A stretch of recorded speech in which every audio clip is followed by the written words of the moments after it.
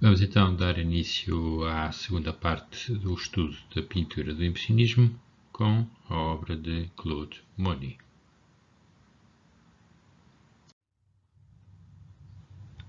Aquele que foi sem dúvida um dos mais importantes artistas do impressionismo e aquele que terá obtido maior sucesso foi Claude Oscar Monet. Nasceu em Paris, mas passou grande parte da sua infância na região do Havre, onde estudou desenho desde os 16 anos. Ingressou depois na Academia Suíça, em Paris, onde contactou com Pissarro pela primeira vez e teve uma longa vida e uma carreira com grande sucesso, morrendo com 86 anos em 1926. O mais conhecido e admirado desta geração de artistas ligados ao chamado impressionismo. Manteve-se fiel ao seu estilo ao longo de toda a sua carreira, passando ao lado dos simbolistas, fofistas, cubistas, abstracionistas, expressionistas ou surrealistas. Independentemente disso, ele foi sempre venerado e respeitado pelos seus colegas, mesmo estes das gerações mais novas.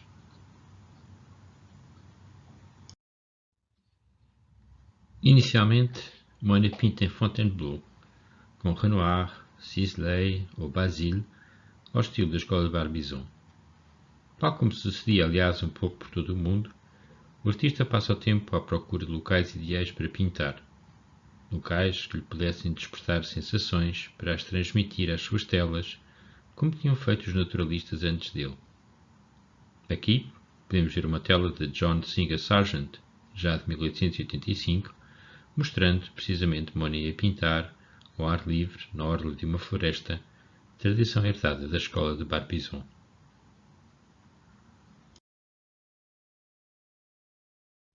Em Os Carradores de Lenha, de 1864, podemos reparar mais um belo exemplo desta visão sobre a paisagem da floresta de Fontainebleau, em que há uma plena harmonia entre a natureza e as figuras humanas que a povoam. Monet apresenta-se ao salão pela primeira vez em 1866. Executa uma enorme obra, a que lhe deu o nome de Almoço na Relva, Almoço no Jardim, também conhecido como Piquenique. Ela pretendia ser um tributo e também um desafio a Manet, cuja pintura, com o mesmo título, como já vimos, havia sido objeto de muito sarcasmo por parte do público e da crítica quando foi exibida no Salão des Refusés em 1863. Mas o enorme projeto foi abandonado em 1866, ainda antes do salão onde Monet pretendia mostrá-lo tivesse aberto. Dois fragmentos do trabalho estão agora no Museu d'Orsay. Em 1920, Monet explicou como ele precisava de pagar o aluguer da sua casa e acabou por entregar a obra original ao proprietário como garantia no final da década de 1880. Quando o artista finalmente voltou a ter dinheiro suficiente para comprar de volta a sua pintura, o tempo que esta passara enrolada numa adega fez com que se estragasse em grande parte. Monet acabou por cortar a tela em 1884 e manteve 3 fragmentos. O paradeiro do terceiro fragmento ainda hoje desconhecido. Enquanto que os 2 grandes fragmentos estão colocados no Museu d'Orsay, em Paris, existe ainda hoje uma versão menor, executada entre 1866 e 1867, figurando a parte central que está no Museu Pushkin, em Moscou. Monet retrata ali o amigo e pintor Gustave Courbet e a modelo Camille Dancier. Parece ter apostado na pintura do género em vez da paisagem, mas, no entanto, está bem distante do realismo de Courbet, da realidade social das classes mais desfavorecidas e da sua vida miserável. Em vez disso, é a classe média burguesa que lhe interessa, uma visão idílica da vida. Livre dos ensinamentos de Courbet, Monet pinta ao ar livre, e usando uma gama luminosa de cores sobre fundos claros, executou uma grande tela, representando várias mulheres jovens, mas que no fundo o único modelo era de facto Camille Dancier, que ele também viria a retratar e que, aliás, com quem casaria em 1870 e de quem já tinha um filho, no seu jardim em Ville d'Avray. As sutis passagens de luz à sombra levaram que o quadro fosse rejeitado pelo júri em 1867. Ideia otimista da vida, mas também uma visão da classe média burguesa, urbana, em atividades de lazer.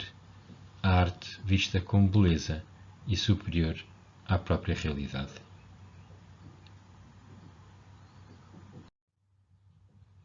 Em Jardim em Sainte-Adresse, de 1867, podemos reparar mais uma vez esta ideia dos lugares de lazer e de divertimento em pleno ar livre, cheio de luz. Apesar das figuras paradas, as bandeiras e o fumo dos navios ao fundo dão-lhe exatamente uma sensação de movimento que contrasta com a quietude das figuras humanas. Retrato de Madame Gaudibert, 1868. É uma faceta inesperada das habilidades de Monet que nos aparece na habilidade e na graça com as quais ele executa a sempre difícil comissão de um retrato em tamanho natural.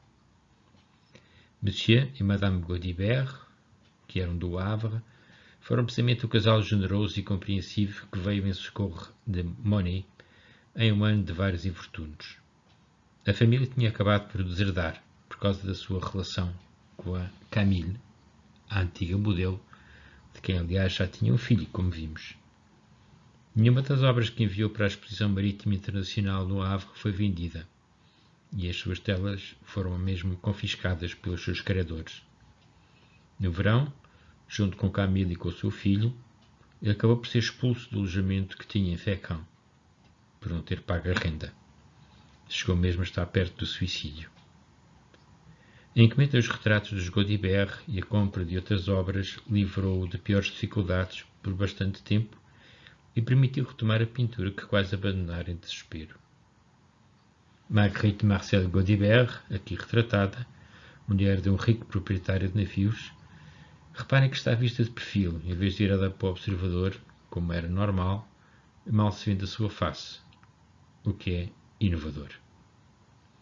Esta ideia é extremamente importante porque mostra aquilo que o retrato na pintura pretendia ser, ou seja, diferente do retrato fotográfico, com o qual, aliás, era difícil competir, não só por ser bastante mais barato, mas também, sobretudo, por ser mais rápido. Efetivamente, uma das grandes dificuldades de se encomendar um retrato, nomeadamente um retrato desta dimensão de corpo inteiro, era o sacrifício com que as pessoas tinham que passar, estando a posar para os artistas durante horas e horas, durante sessões contínuas, durante várias e várias semanas. O retrato, pelo contrário, era algo bastante mais rápido e, portanto, facilitava bastante este trabalho das sessões de pose. O quadro A Pega, de 1869, é um claro exemplo de que ele tinha voltado definitivamente à paisagem. Ao mesmo tempo, este quadro é um belo exemplo da sua plena maturidade de estilo, já atingida nesta época. Pincelado impressionista, com belos efeitos de luz, pintura ao ar livre. Apesar de tudo, o quadro foi rejeitado no Salon de 1870.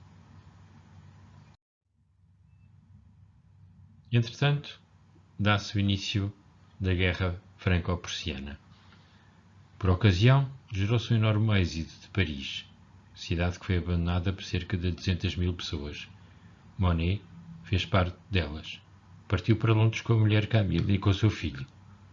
Os alemães viriam conquistar Paris a 28 de janeiro de 1871, dando assim por término do conflito entre as duas nações.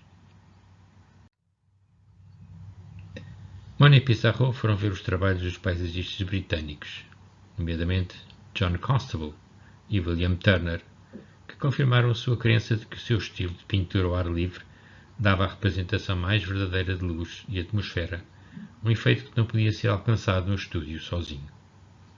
Ali, Manet virá a conhecer o negociante de arte Durand Ruel, que se tornaria precisamente um dos seus maiores protetores e também um dos seus grandes apoiantes e mecenas, não só dele, como também de grande parte dos impressionistas, e que o apresenta, aliás, pela segunda vez, a Pissarro.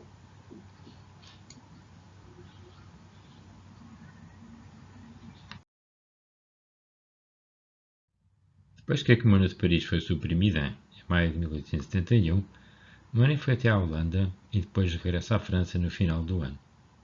Mas não é para Paris que ele volta. Estabelece em Argenteuil, uma vila no Sena, perto de Paris.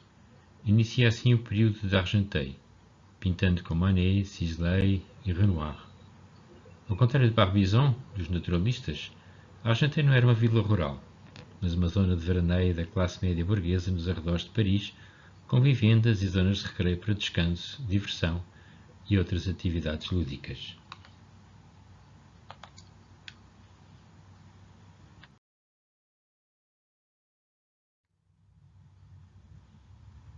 É nesta altura que ele virá a pintar a sua obra mais célebre, Impressão Sol Nascente, de 1872. No entanto, embora esta obra faça parte do seu período de Argenteuil, não foi lá pintado. Ele foi ao Havre por 2 vezes ver o pai, e é aí precisamente que ele pinta este quadro, que, como sabemos, viria mais tarde a batizar o próprio movimento do impressionismo.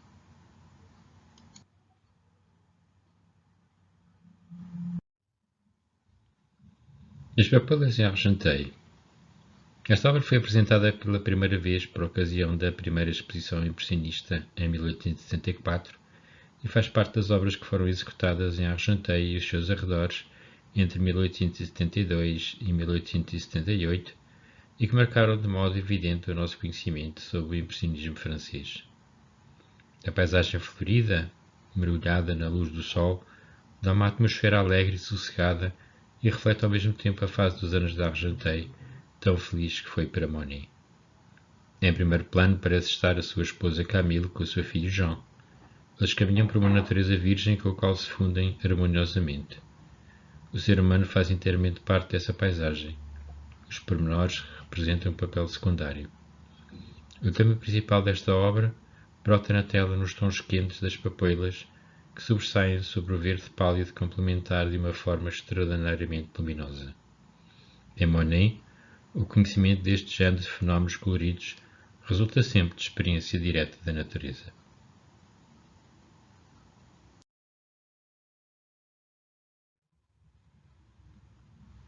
No final da década de 1860 e início da década de 1870, trouxeram pinceladas cada vez mais gestuais, que se tornaram numa assinatura do impressionismo e o desenvolvimento de cores brilhantes. Ambos são bem mostrados nesta obra O Outono no Sena, em Argenteuil, de 1873, junto com o amor de Monet por reflexos, o que ele pintou de forma meticulosa. No entanto, estas árvores perderam a sua construção anatómica subjacente e só existem na folhagem cintilante.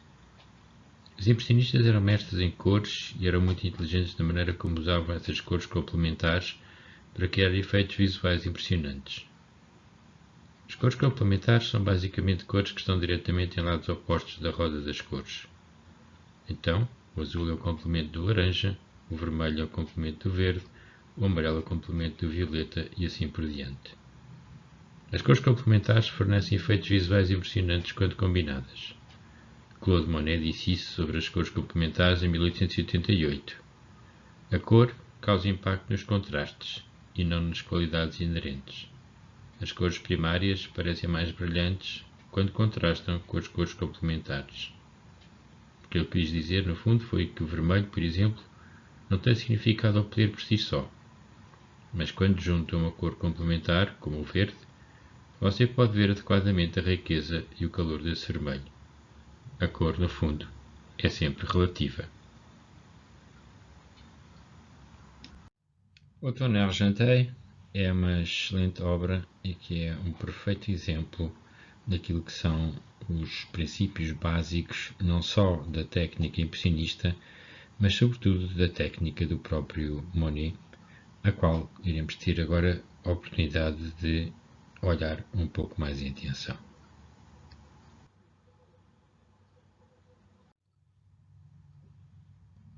Monet começou com material de grão fino, com base clara, deixando vir a textura. Depois, com tinta diluída, cobriram-se as zonas de cor local.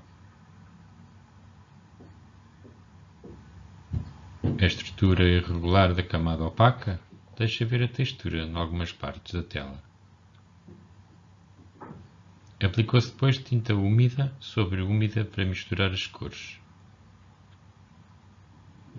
Cobriu-se depois com tinta semi-seca e pinceladas largas para criar uma trama de cor. Os reflexos na água pintaram-se com a técnica de capas opacas e não com velaturas. Ao trabalhar as texturas, aligerou os impastos riscando com a ponta do pincel e revelando assim a base da tela. O uso de uma base cinzenta clara, cuja luminosidade contribuiu para criar ilusão de luz. A linha azul do horizonte divide o quadro horizontalmente e a torre verticalmente.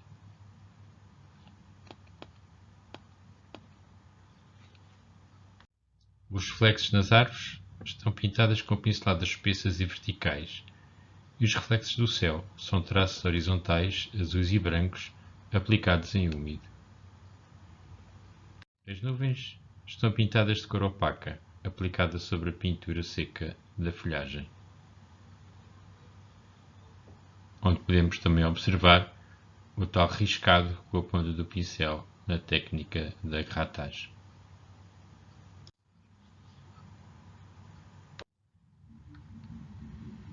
Temos aqui duas vistas da Ponte d'Argenteuil, onde se destaca o brilho de um dia de verão. Podemos ver como Monet se afasta dos modelos tradicionais de representar as árvores e a água e encontra um novo método para pintar a luz do exterior, através da pintura ao ar livre. O importante não é pintar o que se vê, mas sobretudo uma experiência óptica do próprio ato de ver. Em 1874, o ano da primeira exposição impressionista, Claude Monet pintou a Ponte d'Argenteuil 7 vezes e a ponte ferroviária que atravessa o Sena, a montante da vila, 4 vezes. Isso mostra como o artista estava ligado ao motivo, usando o rio que flui como um contraponto para a massa geométrica da ponte e os seus pilares refletidos na água. Aqui, o primeiro plano está cheio de veleiros fundeados. Os efeitos da luz dos mastros e dos telhados das casas na margem ao fundo são uma oportunidade para o jogo de cores complementares, laranja e azul, que acentuam a luz cintilante. A Ponte d'Argenteuil exibe uma grande variedade de tratamentos.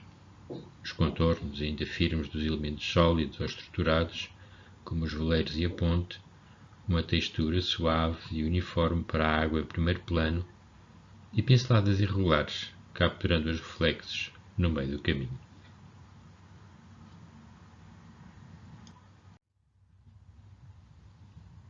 A partir desta data, os seus quadros passam a ser mais expostos, quer nos salões franceses, como nos salões internacionais. Na terceira exposição do grupo, de 6 a 28 de abril de 1877, Monet expõe a sua série da Gare de Saint-Lazare, com vistas da mesma gare. Aproxima-se Turner, nomeadamente nos efeitos de luz, de cor e de atmosfera. Há também aqui um interesse pela técnica e pela arquitetura do ferro. Quando pintou a estação de Saint-Lazare, Monet acabara de deixar Argenteuil para se instalar em Paris. Depois de vários anos a fazer pintura no campo, ele voltou-se para paisagens urbanas. No momento em que os críticos Duranty e Zola exortaram os artistas a pintar os seus próprios tempos, Monet tentou diversificar as suas fontes de inspiração e desejava ser considerado, como Manet, Degas ou Caillebotte, um pintor da vida moderna. Depois de ter pensado em trabalhar na própria Gare du Nord, ele pediu autorização ao diretor da companhia dos Chemins de Fer de l'Ouest para pintar ao ar livre na própria Gare de Saint-Lazare. As pinturas impressionistas capturam o interior, cheio de fumo, desta estação ferroviária de Paris, em variadas condições atmosféricas e sob vários pontos de vista. As obras foram em parte uma resposta às críticas da sua pintura de impressão sol nascente, exibida na primeira exposição impressionista em abril de 1874, mas também representações da moda do progresso técnico, o moderno comboio a vapor, e a recém-ampliada gare ferroviária de ferro e de vidro na estação construída pelo engenheiro Eugène Flachat.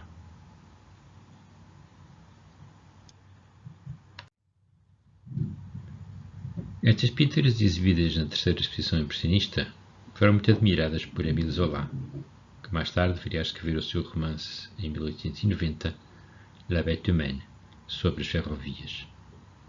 A pintura de Monet impressiona o espectador não pela sua escala, que são aliás quadros de pequena dimensão, mas sobretudo pelo profundo mar de vapor e fumo que envolve a tela. De facto, como aliás comentara um crítico contemporâneo, Amédée Descubes Desguerrin, de maneira um pouco sarcástica, em que dizia: infelizmente a fumaça espessa que escapou da tela impediu-nos de ver as 6 pinturas dedicadas a este estudo. A série Gare Saint-Lazare representa uma das plataformas de passageiros de um dos maiores e mais movimentados terminais ferroviários de Paris. A pintura não é apenas uma visão única de uma plataforma de comboio. É um componente de um projeto maior de uma dúzia de telas que tenta retratar todas as facetas da Gare de Saint-Lazare. Todas as pinturas têm tema semelhante, incluindo o jogo de luz filtrada pela fumaça das gares, as nuvens de vapor e as locomotivas que dominam o local. Dessas 12 pinturas vinculadas, Monet exibiu 7 delas na terceira exposição impressionista de 1877, onde estavam entre as pinturas mais discutidas e exibidas por qualquer um dos outros artistas.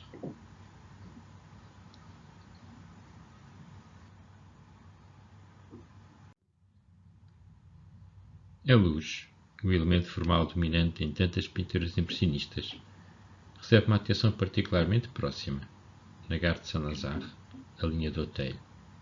Aqui, como em muitas das pinturas mais célebres dos impressionistas, Monet mostra um dia brilhante e trabalha para reproduzir os efeitos observados de perto da pura luz do sol.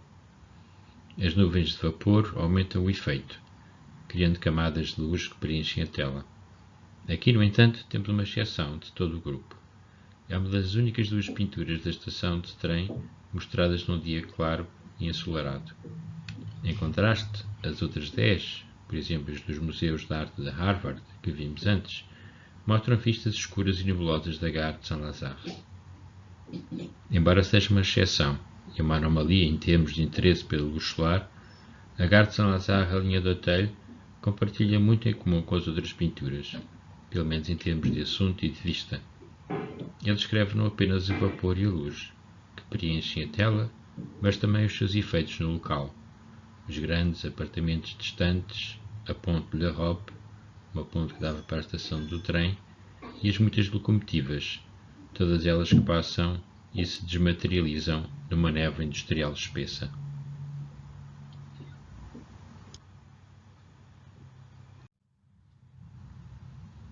A Gare de Saint-Lazare, a linha do Auteuil, assim como as outras pinturas da Gare de Saint-Lazare de Monet, não são um momento isolado na obra do artista. Na década de 1870, Monet, junto com a maioria de outros impressionistas importantes, incluindo Caillebotte, Pissarro, Renoir, Degas, Guillaumin, Raffaelli e até Manet, demonstrou um interesse constante na ferrovia como um assunto das suas pinturas modernas da vida. De facto, as 6 a 8 pinturas que Monet exibiu na terceira exposição impressionista foram mostradas junto com o monumental A Ponte de Europa de Caillebotte, que também mostra os pátios de trem da Gare de Saint-Lazare. A pintura de Caillebotte mostra o local da grande ponte de ferro que cruzava os pátios, a Ponte de Europa. É interessante notar que a pintura de carrinhos de criança de Caillebotte no mundo burguês das grandes avenidas de Paris foi bastante elogiada, enquanto que as pinturas de comboios, vapor e atividade industrial de Monet foram severamente criticadas. Talvez a crítica se deva ao facto de Monet mostrar as locomotivas como o assunto principal e não como elementos de fundo.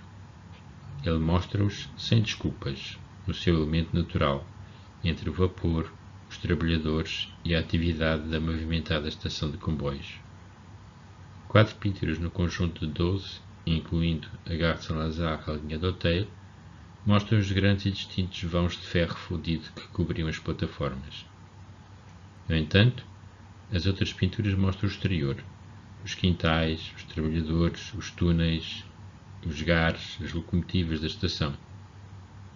De facto, mesmo na Gare de Saint-Lazare, na linha do Hotel e nos outros interiores da gare, Monet inclui trabalhadores, vapor e máquinas industriais. O que ele não mostra, efetivamente, é o grande hotel, a entrada luxuosa ou a escultura da impressionante fachada da estação.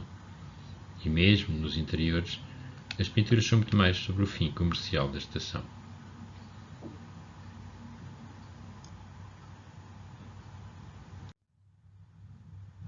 Ao longo da sua carreira, Monet tendeu a pintar repetidamente os mesmos objetos. A partir da década de 1890, começa a pintar ativamente em séries, tanto em cidades como no campo. Palheiros no campo perto da casa onde morava em Giverny, uma fileira de álamos ao longo do rio Ept, as casas do Parlamento em Londres, as igrejas, os palácios de Veneza, a ponte japonesa do seu jardim ou as diversas pinturas de nenúfares. Cada uma dessas séries representa um exercício de captura da atmosfera entre Monet e o objeto.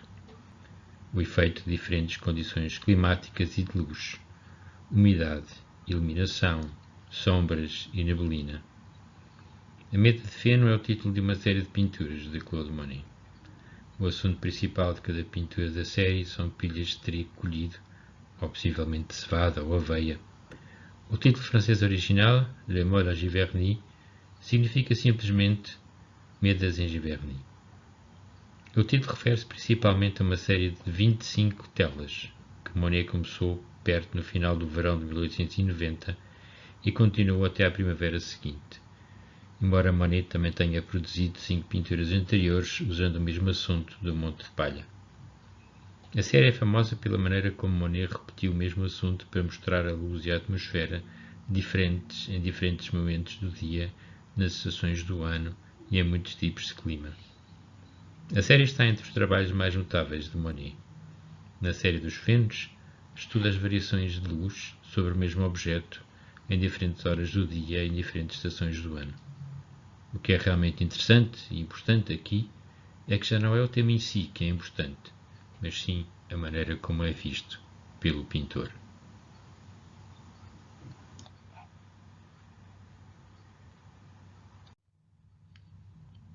A série Os Chopos, 1891.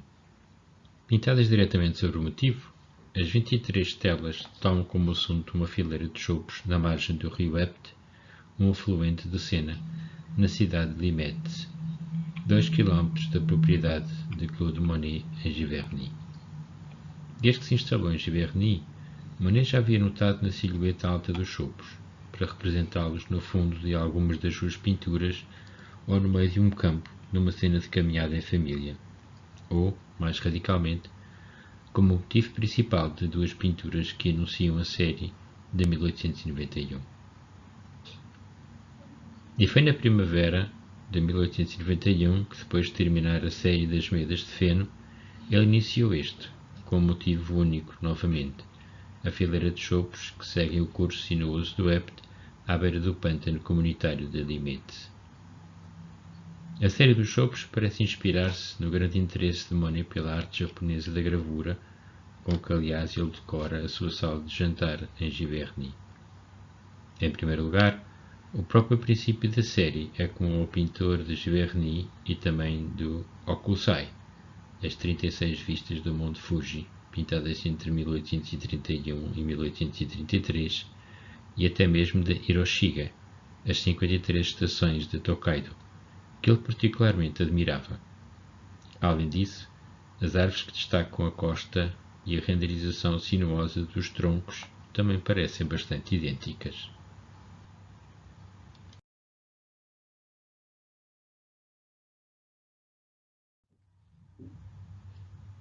Se Monet retoma na série dos chopos o tema obsessivo do seu trabalho sobre a variação das estações, iluminação e condições climatéricas, como mostram os diferentes títulos das suas pinturas, uma dessas destaca-se. Foi assim que ele escreveu a um dos seus colegas em novembro de 1891. Eu lutei o melhor que pude com o admirável tema da paisagem que tinha de fazer em todos os climas, para criar um que não tivesse nem tempo nem estação definidos.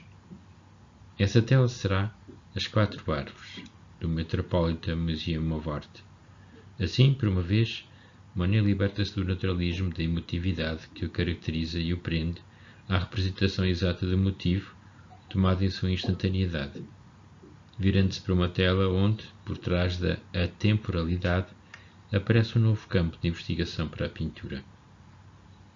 Enquanto o assunto escolhido, uma linha de chopos que serpenteia e se distancia em direção ao fundo após a curva do rio, pressupõe uma atenção particular à perspectiva, Monet rejeita parcialmente as lições dos seus antecessores, usando, representando as cortinas de árvores sucessivas e a textura das suas folhas, a mesma densidade de matéria, independentemente da distância. Assim, a impressão de profundidade é perturbada e o espaço real parece recair no espaço da tela. Esta pintura do Metropolitan parece levar essa experiência ainda mais longe. Os 4 troncos de árvore são tratados ali, mais do que como padrões da natureza, como 4 linhas estruturantes que se refletem no espelho quase perfeito da água.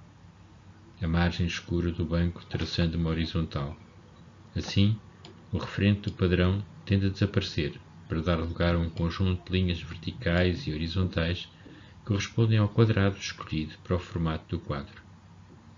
A tela torna-se menos uma janela aberta para o mundo real do que um espaço plano, tratado por si mesmo, onde as linhas de cores são distribuídas.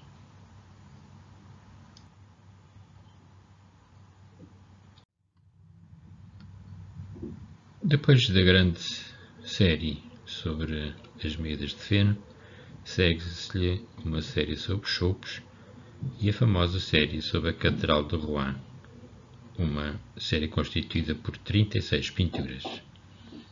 Ele pinta a famosa Catedral de Rouen na Normandia. Agora espalhadas por coleções particulares e públicas ao redor do mundo, que vão de Tóquio a Los Angeles, cada tela captura o exterior da catedral numa hora diferente do dia e em diferentes condições climáticas, acompanhando a mudança de luz nas pedras da estrutura medieval. Mas agora, ao contrário do que sucedia nas séries anteriores, elas são tiradas sob o mesmo ponto de vista. A maior parte da série foi pintada em quartos próximos à fachada oeste da catedral. Por algum tempo, Monet trabalhou dentro de uma loja de roupa feminina, dividindo o segundo andar com o vestuário, que era separado por uma tela. Desses locais, ele podia pintar ao longo do dia, trabalhando por horas a fio em ambientes apertados para produzir múltiplas telas à medida que o dia avançava. Monet não completou todas as pinturas da catedral em Rouen, mas continuou a trabalhar nelas no espaçoso estudo em Giverny após deixar Rouen até 1894.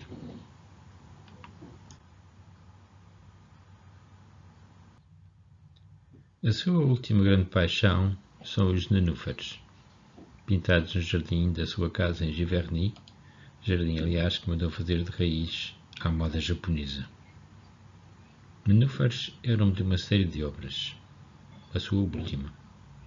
Durante a sua vida, Claude Monet volta a esse assunto várias vezes e pintou mais de 250 pinturas de nenúfares. A primeira série, com um total de 25 telas, foi exibida na Galerie du Ranvel em 1900, a que foi seguida, 9 anos depois, por uma segunda série de 48 telas. Como ele dizia, essas paisagens de água e reflexão tornaram-se numa obsessão. 11 de agosto de 1908.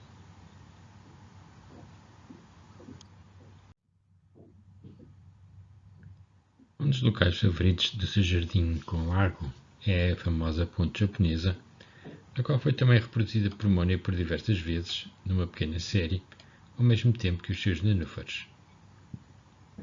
10 anos depois de se mudar para Giverny, em 1883, Claude Monet imaginou transformar um pequeno lago numa parcela adjacente de terra num jardim aquático de influência asiática. Superando a resistência dos habitantes locais, cautelosos a introduzir plantas estrangeiras na região, Monet obteve aprovação para expandir a lagoa desviando a água do rio Ept. Ele cercou a bacia com um arranjo vivaz de flores, árvores e arbustos, e no ano seguinte encheu-a de nenúfares. Ele editou então uma ponte de madeira em estilo japonês, em 1895, e alguns anos depois começou a pintar o lago e os seus nenúfares e nunca parou, tornando-os no foco obsessivo da sua intensa busca de trabalhos pelo próximo quarto século. Exuberante e luminosa, a ponte japonesa mergulha-nos na experiência física de estar no jardim. Com suas faixas da ponte azul suspensas como do céu perto do topo da tela e sem céu a ser visto, a água e a folhagem ondulante preenchem o campo visual, imergindo o espectador na verdejante paisagem aquática de cores vivas. Os tons frios de azul e verde predominam, mas são equilibrados pelos lírios rosa, branco e amarelo, flutuando em padrões complexos pela superfície da água de perto para longe.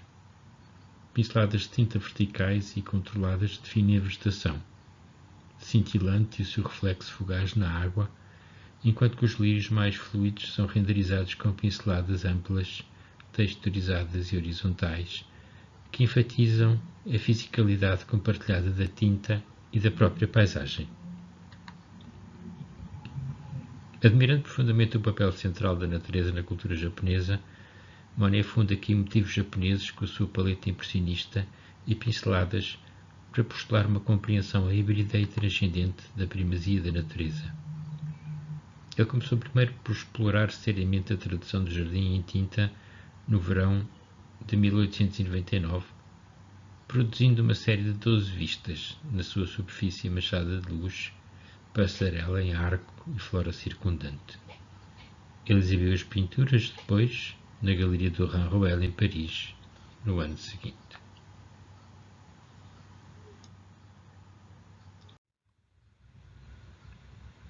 Quando Monet voltou para as suas pinturas de nenúfares, em 1914, após a morte da sua esposa Alice, em 1911, ele fez algumas mudanças radicais na sua abordagem, nomeadamente na escala das telas.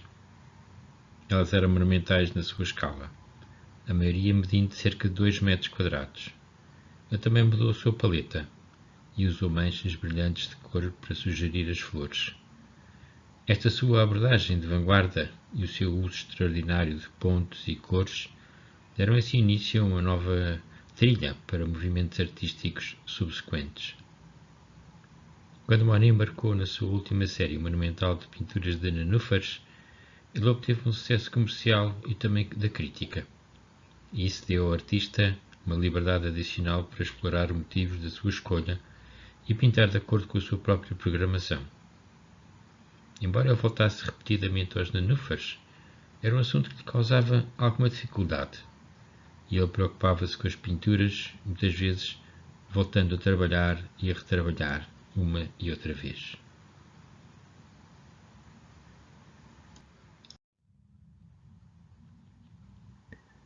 As suas últimas obras já se podem considerar como próximas do informalismo, com grandes manchas de cor e de luz. Os nenúfares abriram o caminho para a pintura abstrata.